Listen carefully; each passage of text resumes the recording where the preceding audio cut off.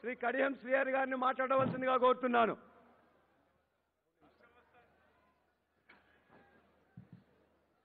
తెలంగాణ నలుమూలల నుంచి లక్షలాదిగా ఈ ప్రగతి నివేదన సభకు తరలివచ్చిన తెలంగాణ ముద్దుబిడ్డలందరికీ భారతదేశ రాజకీయ రంగంలో ఒక చరిత్ర సృష్టించబోతున్న ఈ ప్రగతి నివేదన సభకు ముఖ్య అతిథిగా విచ్చేసిన మాననీయులు, మహనీయులు, మానవతావాది, అభివృద్ధి సంక్షేమ కార్యక్రమాలకే నూతన నిర్వచనం చెప్పిన మన రాష్ట్ర పార్టీ అధ్యక్షులు, గౌరవ ముఖ్యమంత్రి శ్రీ కల్వకుంట్ల చంద్రశేఖరరావు గారికి, వేదిక పైన ప్రజాప్రతినిధులకు, పార్టీ శ్రేణులకు, మీడియా మిత్రులకు అందరికీ పేరు పేరున నా హృదయపూర్వకమైన నమస్కారాలు తెలియజేసుకుంటున్నాను. తెలంగాణ రాష్ట్రం ఏర్పడిన తర్వాత ఈ రాష్ట్రంలో వ్యవసాయాన్ని పండుగ చేయాలి, రైతును రాజును చేయాలనే సంకల్పంతో పంట రుణాలను మాఫీ చేసి,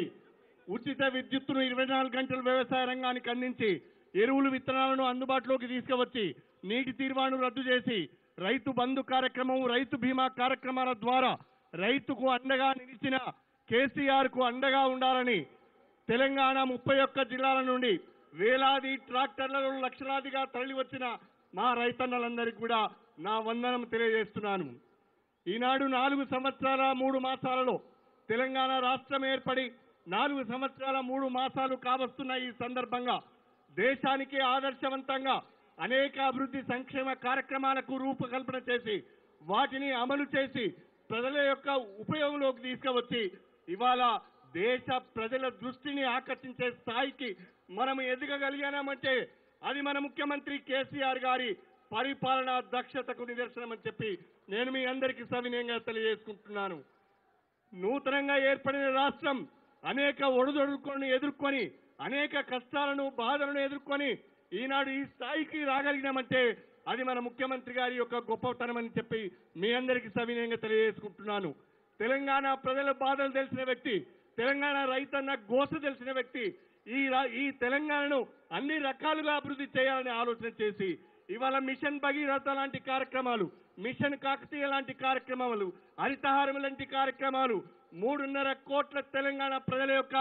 కంటి చూపును సరిదిద్దే కంటి వెలుగు లాంటి కార్యక్రమాలు, అనేక కార్యక్రమాలు ఇవాళ ప్రధానమంత్రి గారు మొదలుకొని వివిధ రాష్ట్రాలకు సంబంధించిన ముఖ్యమంత్రులందరూ కూడా మన పథకాల గురించి ఆలోచన చేస్తున్నారు, అధ్యయనం చేస్తున్నారంటే అది మన ముఖ్యమంత్రి గారి యొక్క గొప్పతనం అని చెప్పి మీ అందరికీ సవినయంగా తెలియజేసుకుంటున్నాను. ఎన్నికల మేనిఫెస్టోలో పొందుపరిచిన అంశాలే కాకుండా